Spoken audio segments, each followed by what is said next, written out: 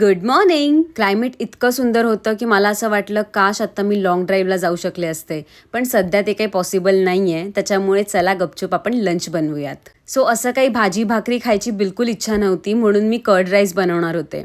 This is my type of curd rice recipe. तुमची जर वेगळी असेल तर मला नक्की सांगा. पहिले तर मी भात लावते नॉर्मल मीठ घालून आणि नंतर आलं मिरचीची ठेचून पेस्ट करते किंवा तुम्ही मिक्सरलाही लावू शकता. मी मिक्सर लावण्याची रिस्क बिलकुल घेतली नाही कारण वरच झोपला होता. हे 400 ग्रॅम दही आहे जे मी कढईत काढून घेतलं आणि त्याला छान असं फेटून घेतलं.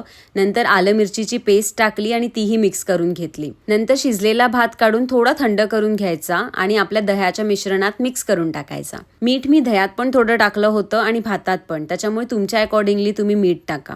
सुकी लाल मिरची, कढीपत्ता, हिंग, मोहरी आणि जिरे याचा मस्त तडका दिला आणि किती टेम्पटिंग दिसत होता भात माहितीये. तडका पण असा छान मिक्स करून घ्यायचा भातामध्ये आणि नंतर कोथिंबीर टाकून गार्निश करायचं. नक्की ट्राय करा, खूप मस्त लागतं. आणि कर्ड राईस म्हटल्यावरती पापड तर आलेच, म्हणून ते पण तळून घेतले.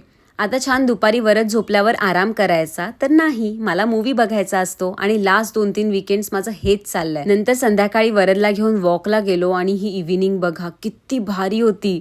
भेटूयात लवकरच नवीन व्लॉगमध्ये. बाय.